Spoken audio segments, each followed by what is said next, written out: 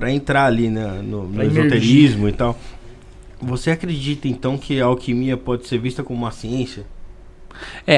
Alquimia, eu diria, se você vai olhar nessas coisas mais esotéricas, o que diria mais científico, o que tem de mais científico entre a ciência esotérica. Porque a alquimia, na verdade, é uma ponte entre, antigamente, né? Antes que existisse a ciência moderna, o jeito atual do método científico.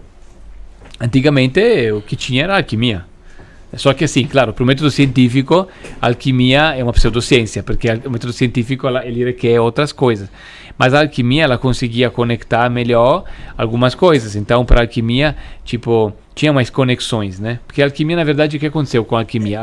Ela foi criada com que objetivo, a alquimia? Surgiu com que objetivo, a alquimia, pra falar a verdade? A alquimia era um conhecimento profundo sobre... Na verdade, eu acredito que todo conhecimento profundo sobre o ser humano, ele vem da alquimia, entendeu? Agora, todas as religiões foram criadas com alquimia.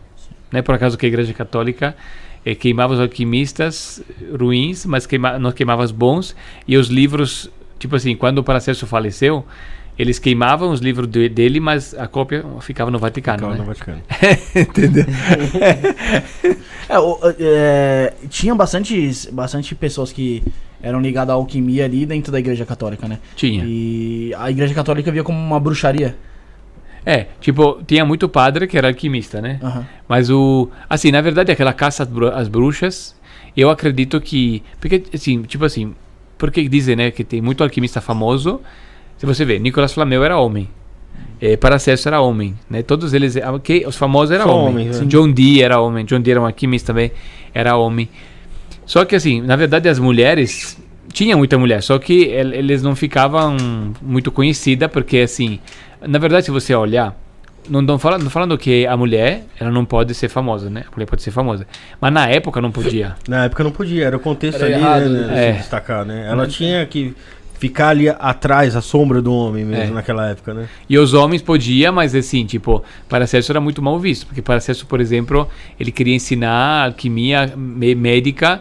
Ele queria, ele saía da universidade e ele dava aula na praça pública para todo mundo. Falava, eu vou ensinar para todo mundo agora, porque todo mundo tem que aprender um pouquinho.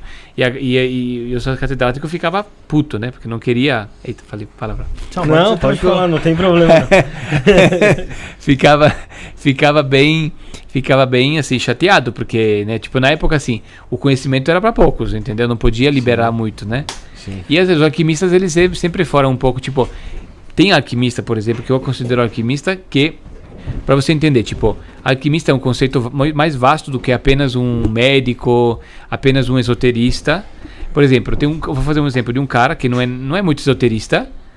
Ele é um cientista moderno, um dos maiores cientistas que já existiu, que sem ele a gente não poderia nem usar as tecnologias que a gente usa. E ele, para mim, era um alquimista, porque ele seguia as regras da alquimia. Mas ninguém sabe o que é alquimista. Eles acham que é um cientista, um inventor. Tesla. Pra mim, Tesla era um alquimista, entendeu? Por quê? Porque eu acho que porque era um cara. Porque pra mim, alquimista é o quê? É um artista. Antigamente a alquimia era a arte suprema. Então, um grande artista, Leonardo da Vinci, esses caras, sabe? Uhum. Eram artistas, eram pessoas criativas, mas não era só... Porque qual é a diferença entre um criativo e um criativo alquimista? O criativo normal é só um artista, um pintor, um escultor. Só que onde que morre a criatividade do artista? Eu acho que é o fato dele expor para as pessoas ali de forma... disseminar ali a obra dele, né? Eu acho que a alquimia dele seria disseminar a obra dele. Por exemplo, quando falam que...